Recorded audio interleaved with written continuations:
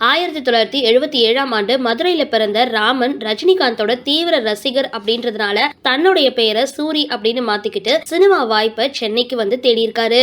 ஆரம்ப காலங்கள்ல வாய்ப்பு தேடி பல அலுவலகங்களுக்கு அழைச்சு அதுக்கப்புறம் வயிற்று பிழப்புக்காக சினிமாவில செட் அமைக்கிற பணிகளை செஞ்சுட்டு வந்தாரு. பின்னர் ஒரு நாள் சுசீந்திரன் இயக்கத்துல வெண்ணிலா கபடி குழு படத்துல நடிக்க அவருக்கு வாய்ப்பு கிடைச்சிருந்தது. இந்த திரைப்படம் சூரிக்கு தனி அடையாளத்தை உருவாக்கி விஜய், அஜித், சூர்யா போன்ற முன்னணி நடிகர்கள் கூட நடிக்கிற வாய்ப்பு கிடைச்சிருந்தது. டாப் காமெடி நடிகர்கள்ல ஒருத்தரா இருந்த சூரி விடுதலை படம் மூலமா கதாநாயகரா மாறிட்டாரு. அதாவது நடிகர் சூரி சினிமா மட்டும் இல்லாம பிசினஸ்லயும் கொடி கட்டி பறந்துட்டு வராரு. மதுரையில அம்மன் உணவகம் அப்படின்ற பெயர்ல ஏராளமான ஹோட்டல்கள் இருக்கு.